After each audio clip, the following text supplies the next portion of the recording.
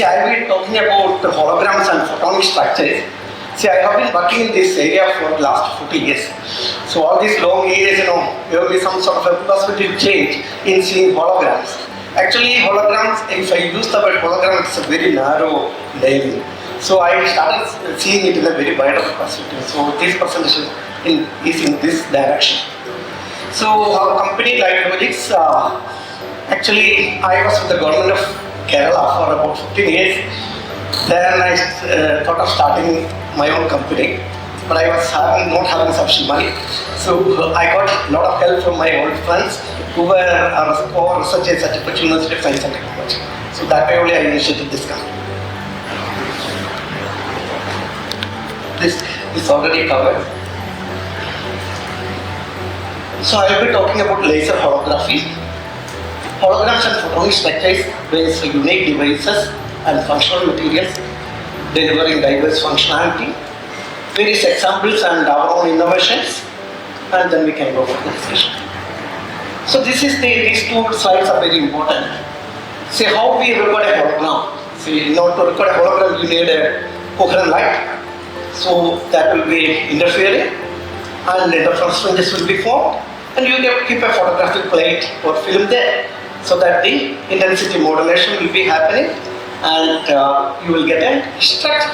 So this structure we call it, since it is a modifying light, we call it as a photonic structure, or a hologram, we can say. So this is a basic situation. These yellow lines are the very normal and very famous 2D sin theta is to 10 lambda, the Bragg equation is there. So this is the situation. And there will be different types of recording situations. It can be interfering beams coming from opposite direction, just like this. So this is from the same side, again from opposite directions. So also in the same direction. So these are various situations where we will be doing the recording, and based on that you will get different properties for the recorded hologram. So photons like this. So actually we use different types of light sensitive materials, ranging from traditional material is the film, the silver halide, then evolved dichromatic gelatin. You can even cook dichromatic gelatin plate or film in your home, and then photoresist is there. It is widely used in lithography and microelectronics.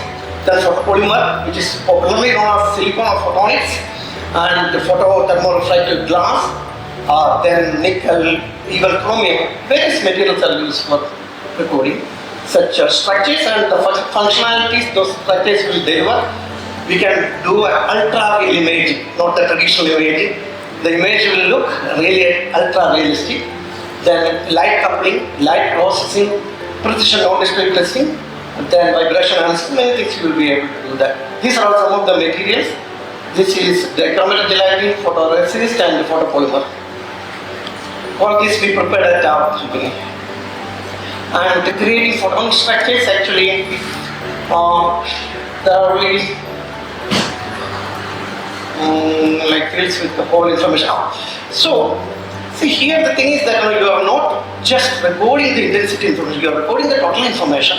That means the intensity and freeze of the incoming wave is recorded. So that's one of the most popular technologies for recording whole light information or whole content of information in light beams. So that's why we will be able to have ultra-realistic imaging. It has got applications in defense. In fact, we have got one product, defense-related product. Security and authentication, aerospace, there is application precision testing, optical computing, virtual reality and augmented reality case, R&D, education, green energy, and some of these things we will be discussing. So these are some of our laboratories.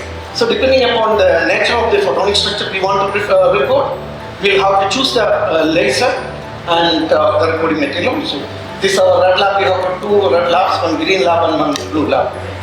And we use various lasers, right from diode lasers to this is the pulse laser, 20 nanosecond pulse duration, 10 joule power. So you can even can be used as a directed energy weapon.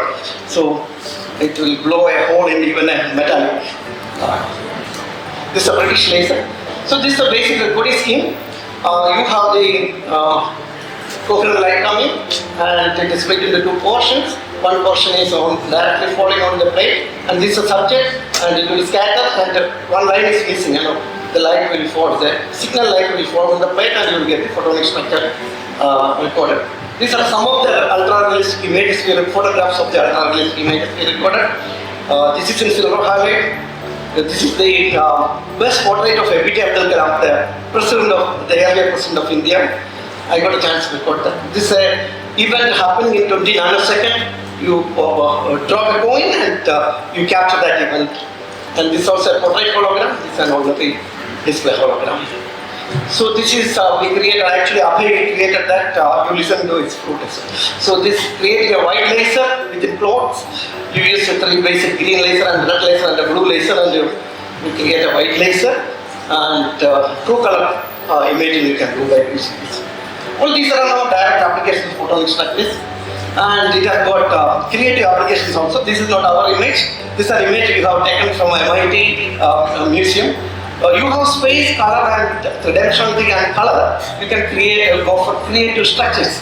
So you can associate your own cubism. You can associate with that, and that's used for creative holography. And this is another beautiful application. This is for the first time we recorded the footprint stress distribution of a tire. If you take an airplane tire, the behavior of the tire very much depends on the stress distribution of the footprint. So since the footprint is hidden in between the ground and the tire, it's very difficult to image that. We developed a methodology for that, and this is an Indo-French Centre, and it can be correlated with the sidewall deformation. This is a sidewall behavior. So similarly, if I take a subject of a person is a subject, I get that person's ultraviolet imaging. So if the light is a converging beam or a divergent beam falling on the plate, I'll get reproduce the convergent beam or the divergent beam. So I can think about optical elements. Instead of images, you can create beautiful optical elements by using. So since optical computing and photonics is going to be expanding, this type of devices will be having lots of applications.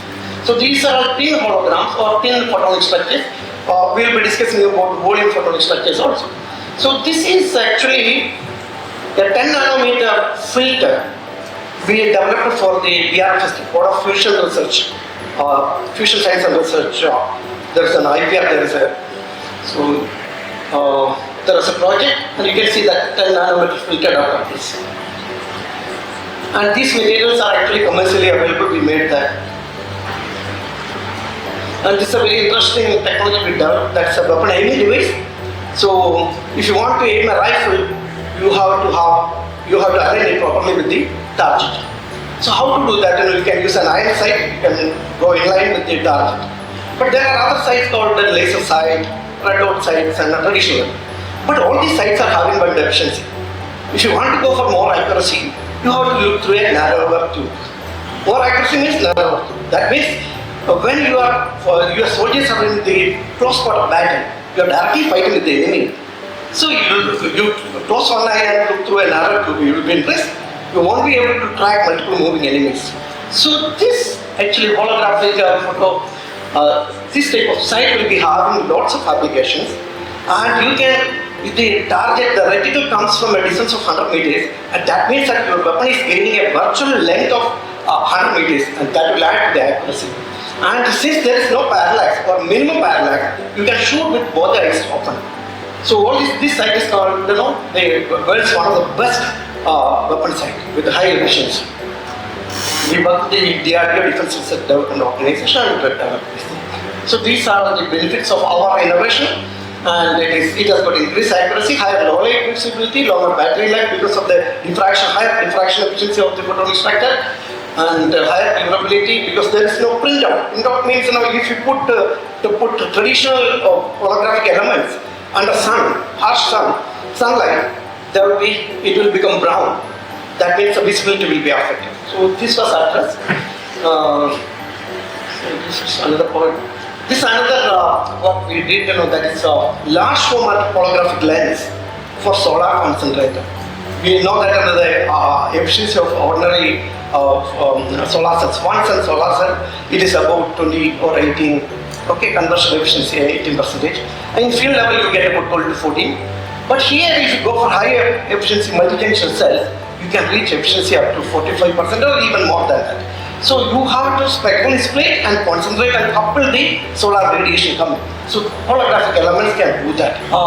And then so far we were talking about traditional recording of Indo-French structures. But after the 80s, computational power got increased and addressable lasers there. You can switch the laser as per your will. And there are very interesting various types of light modulators, spatial light modulators evolved. And this introduced lots of flexibility. Okay, that means you didn't have to go for all the physical creation of interference pattern. You can create, calculate the interference pattern, modulate that, you feed it to the special light modulator, illuminate it with the laser light, and that light will get modulated with the fringe information. So there are various methods, pattern projection, laser lighting. This way, usually we use the smallest wavelength available that we use in our applications is 405 nanometer near violet laser. So if you go for the hologram, you will get half the, that means 200 nanometer. Okay, so we are at the boundary, we have to cross that. So if you go for E-beam writing, you can go for a few nanometers. So electroforming is used, embossing is used. Other than the traditional materials, photoresist, thermoplastics, polycarbonate, various materials started or emerged into holography. So this is just a calculated pattern. You feed that into the modulator, and this is another. Earlier was just pattern. This is a holographic pattern. You calculate it by using Fresnel integral or other sort of formula. You get the pattern and you feed it, and you get report it. So it adds a lot of flexibility. And these are some of the light. This is an SLM, liquid crystal SLM. This is liquid silicon LCOS, and you can see the pattern, different types of patterns. And this is fused by using a lens, and you write it. And there will be an X-ray state, and you can go for a large structure. That's all. So this is a E-beam origination system. Actually, we are collaborating with a Russian company. It's very costly. He claims that just to start that you have to spend $1,000 just to start this device. So they record up to 2059 nanometer patterns by using this system. And this is a living hologram. You can just see the complexity of the pattern recorded. All this by computer simulation and writing pixel. It's not the ordinary field by field you are writing. Usually it is 150 by 200 areas, rectangular field they are writing it. The same, I don't know whether we can call it a hologram. It's a photonic structure. So same photonic structure, the macro structure giving different images in different angles. So this type of holograms are used in currency note. Even in euro currency note it is. And you can imagine about the applications in packaging. You can have the product projecting out of the package. Okay, three-dimensionally projecting out of the various types of materials are used. And just ordinary material adding these photonic structures, it becomes a really useful functional material. So this under display hologram, it is a computer display hologram, not recorded by us. It is Mahatma of the De Montfort University. He was at De Montfort University in Leicester, isn't it? Leicester. So this another application, indoor advertisement and other sort of application to go for. So once you record a master, you have to replicate the structures, and if you want to go for mass production, okay, how to replicate that? This is the initial master, either by using E-beam or projection matrix or traditional mastering. You can use a polycarbonate and go for a step and repeat method. So we are making this machine also. Then with this on the polycarbonate sheet, you are going for the next level mask. This is a polycarbonation. Then you go for metallization. You coat it with silver and electroform it so that you will get a mask. That mask is called a mother mask. You again replicate it, you will get the daughter mask, which is used for protection. This one Kerala government facility which I set up. Now I was heading the activities for all the liquor bottles on Kerala. we sell in Kerala. They use this. Every month we are making about 16 million tax labels. So this cannot be counterfeited. So they have a world record actually. The truck full of photonic structures. Every month we are loading it and sending it to the problem is not in making the photonic structure, but in loading the thing. Actually, in Kerala actually. So this is another work I did for, that's variable data recording in photopolymer holograms. Because if you can individually code, address every level, okay, by using a variable photonic structure. So before QR code coming into the picture, this I did I think in 2007 I did it. Just because of this I got an invitation to Russian Academy of Sciences for presenting a paper.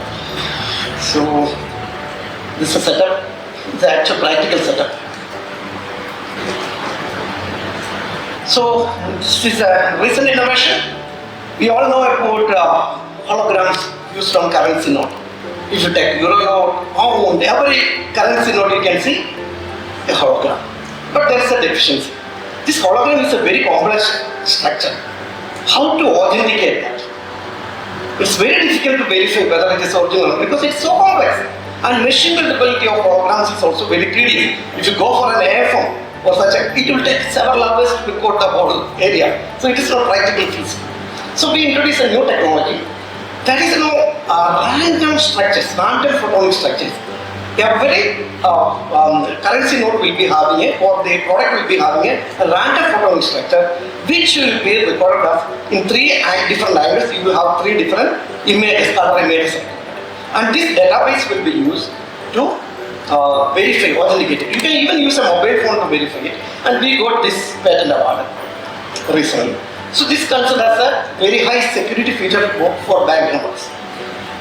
And since it is random, it's not commercially feasible and it's not technically feasible to duplicate it.